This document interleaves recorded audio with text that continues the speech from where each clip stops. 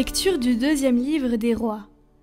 En ces jours-là, lorsqu'Athalie, mère d'Ocosias, apprit que son fils était mort, elle entreprit de faire périr toute la descendance royale.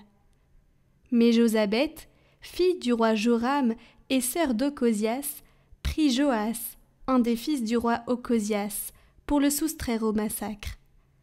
Elle le cacha, lui et sa nourrice, dans une chambre de la maison du Seigneur, pour le dissimuler au regard d'Athalie. C'est ainsi qu'il évita la mort.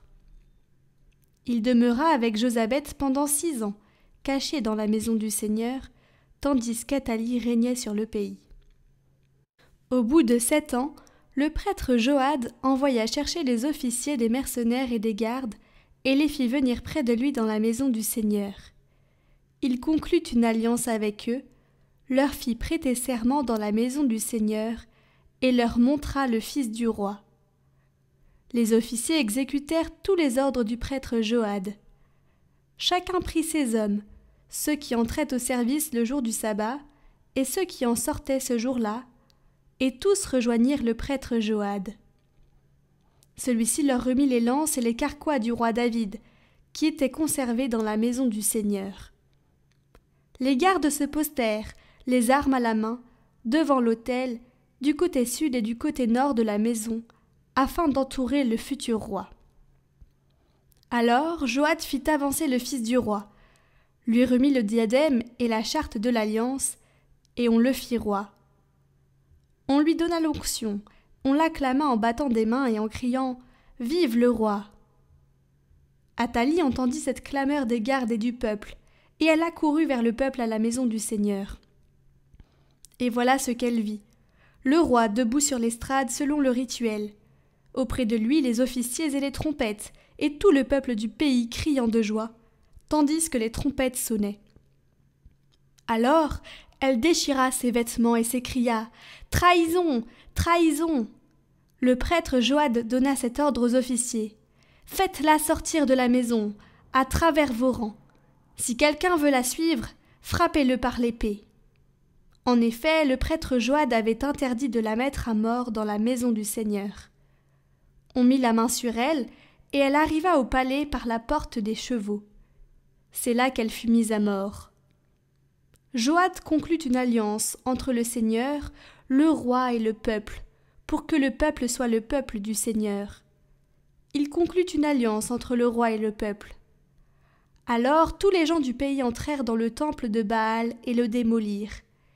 Ils mirent en pièces ses autels et ses statues, et devant les autels, ils tuèrent Mathan, prêtre de Baal. Le prêtre Joad posta ensuite des gardes devant la maison du Seigneur. Tous les gens du pays étaient dans la joie, et la ville retrouva son calme. Quant à Athalie, on l'avait mise à mort par l'épée devant la maison du roi.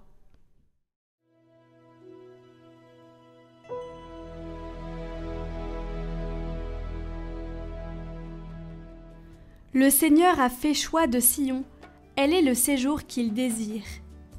Le Seigneur l'a juré à David, et jamais il ne reprendra sa parole. C'est un homme issu de toi que je placerai sur ton trône.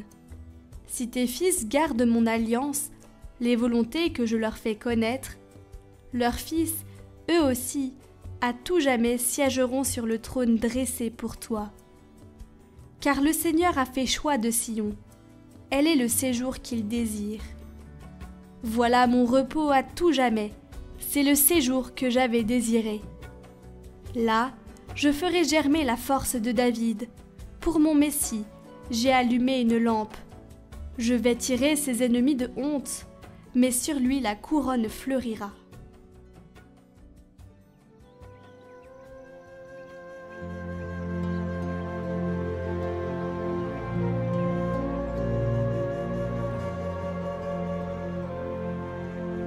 Évangile de Jésus-Christ selon saint Matthieu. En ce temps-là, Jésus disait à ses disciples : « Ne vous faites pas de trésors sur la terre, là où les mythes et les vers les dévorent, où les voleurs percent les murs pour voler.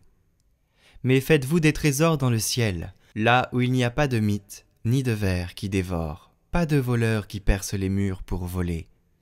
Car là où est ton trésor, là aussi sera ton cœur. La lampe du corps, c'est l'œil. Donc si ton œil est limpide, ton corps tout entier sera dans la lumière. Mais si ton œil est mauvais, ton corps tout entier sera dans les ténèbres. Si donc la lumière qui est en toi est ténèbres, comme elles seront grandes, les ténèbres.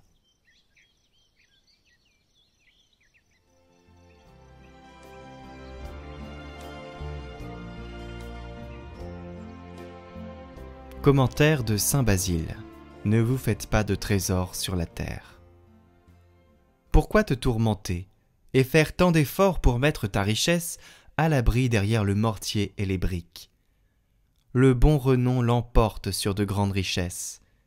Si tu admires l'argent pour la considération qu'il te procure, dis-toi que tu auras plus de renommée si l'on peut t'appeler le père, le protecteur de milliers d'enfants, plutôt que de garder dans tes sacs des milliers de pièces d'argent. Que tu le veuilles ou non, tu devras bien un jour laisser là ton argent. Au contraire, la gloire de tout le bien que tu auras fait, tu l'emporteras avec toi jusqu'auprès du Seigneur et tout un peuple assemblé autour du tribunal d'un juge universel dira que tu l'as nourri, que tu l'as assisté, que tu as été bon. Distribue ta fortune largement, sois généreux et magnanime dans tes dépenses pour les indigents. Fais dire de toi aussi, il fait largesse, il donne aux pauvres, sa justice demeure à jamais. Tu contemples ton argent et tu n'as pas un regard pour tes frères. Combien tu devrais être reconnaissant, heureux et fier de l'honneur qui t'est fait. Ce n'est pas toi qui dois aller frapper à la porte d'autrui, ce sont les autres qui se pressent à la tienne. Mais alors tu t'assombris, tu deviens inabordable. Tu fuis les rencontres de peur de devoir lâcher un sou. Tu n'as qu'un seul mot à la bouche, je n'ai rien, je ne peux rien donner, je suis pauvre. Pauvre, tu l'es réellement, et dépourvu de tout bien. Tu es pauvre d'amour et de bonté, pauvre de confiance en Dieu, pauvre d'espérance éternelle.